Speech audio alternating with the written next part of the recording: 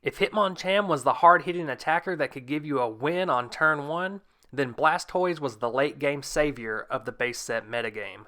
Today we'll be looking at the Rain Dance deck, one of the most well-known decks of this era.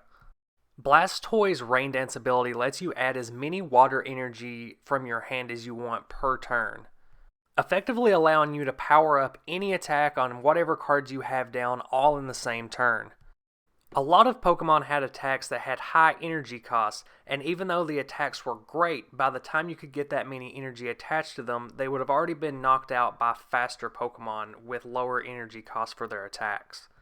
Rain Dance provided a workaround for these high cost attacks, as you could power them up instantly as soon as you laid down Blastoise. This particular build of Rain Dance that I'm going to discuss today became known as Freezing Rain because it added 2 Ice-type Pokemon that were released with Fossil in order to streamline the deck a little more. Primarily Articuno, who had 2 pretty great attacks, but for an energy cost that was too high to ever make it viable. So let's dive right into this water deck. Pun intended! At the base of a Blastoise deck, you are going to have Squirtle. Now this Squirtle has 40 HP, making it a huge weakness for the deck because of Gust of Wind, making it really important to have a strong trainer build in this deck. Now don't use any Wartortle in this deck. I think it's a lot more efficient to just have Squirtle and Blastoise and try to get those Pokemon breeders into your hand as soon as possible. The other big power player in this deck is Articuno. It has those 2 attacks that are pretty good, chance of paralysis, chance to damage the bench, but at too high of an energy cost. So 2 of those Articunos for late game, and the 2 Lapras are here for early game. You want to stall out a little bit until you can get Blastoise on the bench. That 80 HP and an attack for only 1 energy helps stall out a little bit in the beginning. 4 Bill, and also a playset of Professor Oak in this deck. Draw power is super important, especially once you have Blastoise set up. You want to get as many water energy in your hand as you can. And because getting Blastoise out quickly is so important, I also run a full playset of Pokemon Breeder. That way you possibly even get them in your opening hand and have a Blastoise out turn 2. Item Finder is going to let you recycle those draw power cards, the plus powers, even these energy removals. That way you can help stall out your opponent a little more if you don't have your Blastoise out yet. Because the deck doesn't care about losing energy off its own cards since you can replace them so easily, super energy removal is the way to go.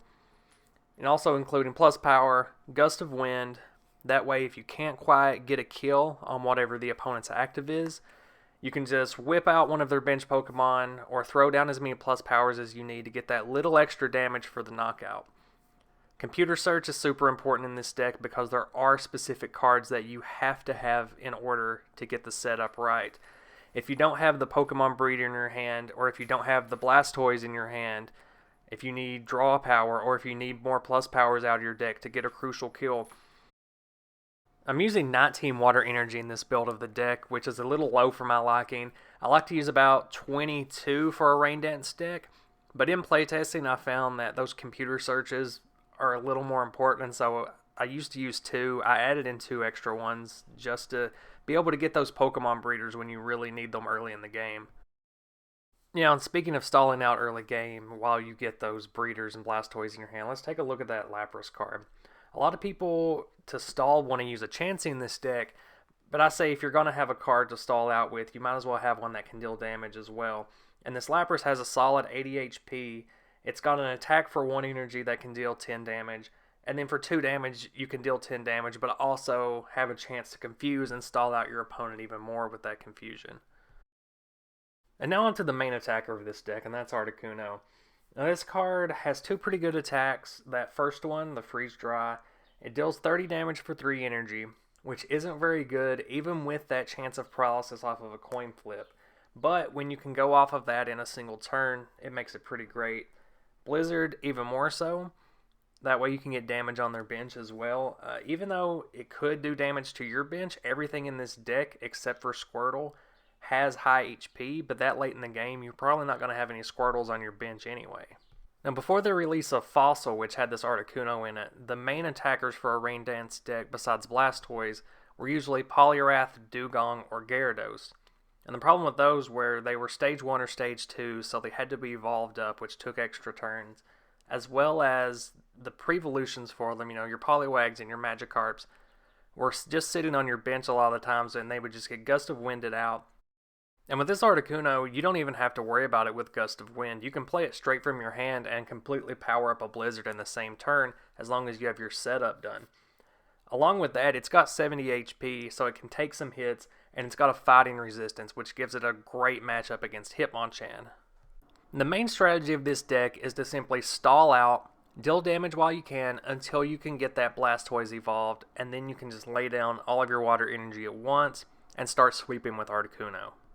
The way this deck is set up, you can absolutely wreck shop if you have a great opening hand. If you've got a Squirtle, Blastoise, and a Pokemon Breeder, a couple water energy, you're good for the game. On the other hand, if you don't have a very good starting hand, you can flop super hard. Thankfully, the Pokemon in this deck can sponge up a lot of hits before they go down. Everything in this deck is weak to electric types, which is beneficial because during base set, there were no good electric type decks. The best one is probably an Electrode Zapdos combo deck, but it didn't see very much play.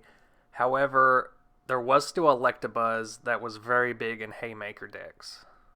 Speed and ease in which Electabuzz could be set up gave Rain Dance a terrible matchup against Haymaker, simply because Haymaker could deal out too much damage much quicker than Rain Dance could stall out. Rain Dance has a similar matchup against Wigglytuff decks where Wiggly can just deal too much damage too fast for the deck to keep up with. And you may have noticed from the build earlier, but I don't like to use Switch in this deck because you want to keep the late game in mind. I don't mind letting a Lapras sponge up a few hits and get knocked out if it's letting me get that extra turn to get Blastoise evolved on the bench. All of the Pokemon in this deck have high retreat costs, but the purpose of the deck is to really explode in the late game. So I don't mind sacrificing off some of those Pokemon if it means I'm getting the setup that I want. Because Rain Dance can throw around energy like it's nothing, energy removal and super energy removal basically mean nothing to Rain Dance. Another way to abuse this is with super potions. Some alternate builds of this deck opt out of using big water Pokemon, instead using bulky normal type Pokemon along with super potion to heal off damage. This is especially useful with a Wigglytuff or a Chansey, so that you're still getting off big damage and also healing off as you go. Rain Dance was so prominent in the metagame at the time that fire decks like Arcanine and Ninetales couldn't even see play because they were beaten so easily by Rain Dance, even though both of those cards were highly usable otherwise. But one addition to fire decks that did give Blastoise a bit of trouble was Clefable. Clefable could be played late game and could copy a fully powered Hydro Pump or a Blizzard for just 1 energy and throw it right back. Considering that the success of this deck could shift so drastically depending on your opening hand and your draw power, I don't really suggest building it and using it for yourself if you're wanting to get into the base set era stuff, especially since Blastoise still runs for over $20 even for a used played card, not to mention how much a near mint or mint one would be. Let me know down in the comments what kinds of decks you would like to see me analyze next, as well as your variations on this build of Rain Dance and what kinds of cards you like to use in conjunction with Blastoise.